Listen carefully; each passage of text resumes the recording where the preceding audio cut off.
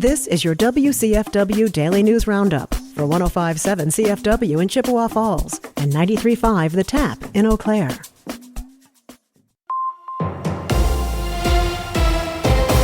For 105.7 CFW News, I'm James Kelly. The Chippewa County Farmers Union will weigh in on the data center debate in western Wisconsin later this month. According to a press release, the Farmers Union will hold a public forum on data center development at Market on River in Chippewa Falls on June 30th from 6 p.m. to 7:30 p.m. Organization officials say the forum is meant to give residents a chance to discuss the local impact of data center projects, including land use, environmental concerns, and utility needs, as well as some community benefits stemming from the projects. The forum will also be an opportunity to give community members the tools and information they need to respond to large data center proposals. In addition to Farmers Union representatives and community members, the forum will also feature local elected officials as well as planning and zoning representatives. Chippewa Valley residents are also invited to a data center-focused event with popular Midwest comedian Charlie Behrens at High Country in Eau Claire on Saturday beginning at 6 p.m. or a neighborhood summit with Behrens in Knapp at 1 p.m. on Sunday.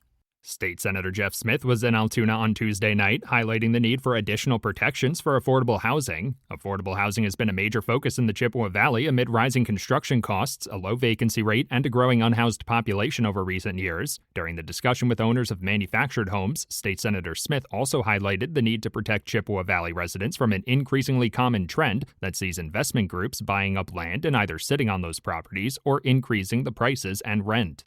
City of Menominee officials are reminding residents that the alternate side irrigation policy is once again in effect. The policy is meant to reduce strain on the city's water system during the summer when lawn care creates a spike in overall water use. Residents with even-numbered addresses can only water their lawn on even-numbered days, and those with odd-numbered addresses on odd-numbered days. City officials are also reminding residents that lawns only need about 1.5 inches of water per week, regardless if that comes from rain or irrigation. For 105.7 CFW News, I'm James Kelly. With Civic Media News, I'm Terry Miller. Severe storms swept across much of Wisconsin Wednesday, hitting areas like Madison, Milwaukee, Beaver Dam, and Appleton with strong winds, hail, and power outages. At one point, nearly 100,000 customers were without electricity, especially in counties like Dane, Jefferson, Waukesha, and Marathon. Winds over 60 miles per hour knocked down trees and power lines, causing damage in places like Fond du Lac and Oshkosh. There were also reports of large hail and a few isolated tornado threats. Crews are still working to restore power, with more storms possible later today. Voter participation in Wisconsin remains among the highest in the country, even as turnout edges down. A new national report ranks the state 8th overall, with more than 72% of voting-age residents casting ballots in 2024. That's a small drop from the last presidential election, continuing a slight downward trend. Researchers also note Wisconsin ranks low in trust in the federal government, but leads the nation in trust between people. Wisconsin is working to make it easier for people to visit state parks by combining admission passes with vehicle registration.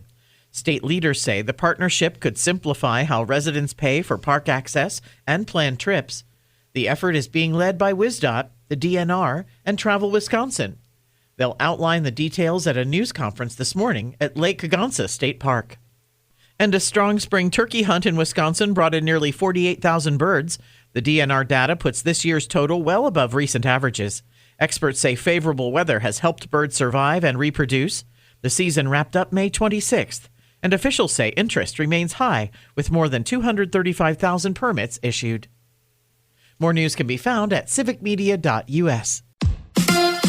The Crew heads for home. Hi, I'm Mike Clemens with sports. Baseball, the Brewers return to Milwaukee to begin a 3-game series tomorrow night against the Philadelphia Phillies. The Brewers lost last night to the A's in Vegas 4-3, despite a good showing by right-hander Brandon Sproat, who gave up only 4 hits and 1 run through 6 innings. That's good, 6 innings, 1 run. Yeah, it's great. Those are the results. But really, what I'm more proud of is just staying with the process and just keep, just stacking good days, stacking good work. Manager Pat Murphy on Sproat's performance. He attacked and he was ahead in the count most of the time, and very pleased with him.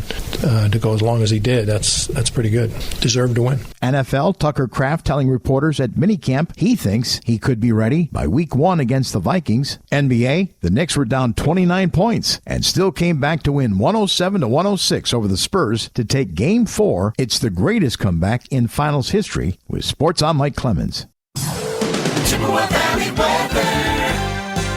I'm meteorologist Brandon Bormans. Mostly cloudy with showers and a few thunderstorms likely. Highs in the mid to upper 70s. A lingering shower or storm this evening, then becoming partly cloudy. Lows in the mid 50s. Sunny and breezy Friday with highs in the upper 70s. Right now, it's 66 degrees.